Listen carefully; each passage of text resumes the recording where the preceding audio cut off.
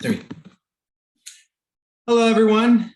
Today, I would like to talk to you about one of the most controversial conspiracy theories ever discussed in the US, and that is whether or not 9/11 was an inside job.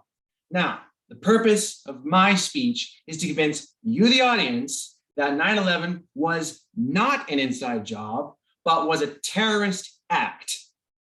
Now, although there are many American people around the world who believed that the Twin Tower attack was an inside job, there is strong evidence and investigations that prove it was active terrorism.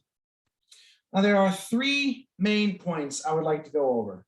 But first, I want you to imagine yourselves in New York, and you're at the foot of these Twin Towers, these architectural icons, 110 stories stretching 13 square blocks. And you think to yourself, nothing could ever bring these down. Yet, something did. First off, I would like to begin my argument by saying that the Twin Towers were brought down, as you know, by airplanes. But there are people who say that it's not possible for airplanes to bring them down, but science proves otherwise. Did you know that jet fuel burns at 800 to 1500 degrees Fahrenheit? However, it's not enough to melt the structural steel from the Twin Towers. And it didn't need to melt. They just had to lose some of their strength from the intense heat. And steel becomes distorted and will buckle if the heat is not at a uniform temperature. Secondly, as the weakened floors collapsed, they pancaked on top of each other as they fell. I mean, imagine just like one after another as they fell. And according to researchers, and I quote, the air ejected from the buildings from the gravitational collapse that must have attained near the ground a speed of almost 500 miles per hour. That is breaking the sound barrier. So take that with a grain of salt. So now that we've covered the technological and scientific reasons why 9/11 was not an inside job, I will now address the motive to it all. I mean, the sight, the smell, the sound of these colossal architectural icons was a victory to those who planned the attack. But the big question is, why did they do it? Why would they attack the Twin Towers?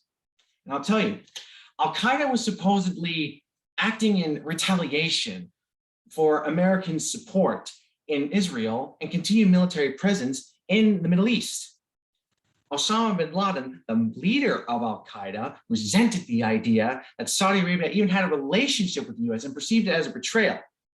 Now, I want to list just a few of the many examples that led up to that fateful day.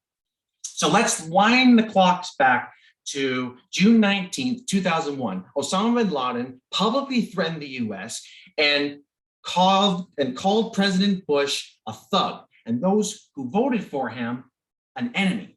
Not convinced? All right, I'll give you one more. October 12th, 2000, two suicide bombers attacked the Navy destroyer USS Cole in Aden, Yemen, and it killed 17 sailors. And I'll give you one more piece of evidence. Let's wind it back again, 2 years, August 17th, 1998, bombs exploded at the US embassies in Nairobi, Kenya, and Dar es Salaam, Tanzania, it's always hard to pronounce, and killed 231 people, but injured 5,000. Of course, the US retaliated by sending airstrikes on the training grounds in Sudan and Afghanistan. Now, let's reiterate a little quick. I have covered the technological and scientific standpoint and the motive just now. And bin Laden's motives against the people of America were all done to lash out at both his country for not listening and to declare war on us. So, I mean, it's cause enough to believe that insiders were just not responsible. And if they were, how was that kept a secret for so many years? I mean, after all, it's not like one of us would have the audacity to have a hand in such a travesty against their own country, right? Right? Now, according to William M. Arkin's article on Newsweek, US intelligence community had known some sort of terrorist attack was on the way, but just failed to focus and act on it. I mean, and fingers were pointed, according to Arkin, fingers were pointed to Bush, the CIA, the NSA, the FBI, even the Pentagon, and it got attacked as well. I mean, let's think about this logically real quick. If a master plan to destroy the Twin Towers existed, it would require a great deal of intelligence, resources, and more importantly, people. Arkin describes that in the course of the years that have gone by, it is unbelievable that not a single piece of evidence or human's testimonial linking to the destructions that it was an inside job surfaced. I mean, Arkin even says there's no such thing as a best kept secret in such matters of extreme national security and betrayal. I mean, it's just no one was held accountable.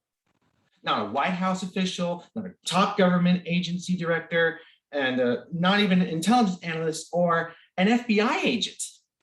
I mean, Arkin also describes in the article that it nurtures our world to on alternative facts and undermines public faith in government motivations and authority, which means that if this was an inside job and people believed it, we would lose trust in our own government and national security.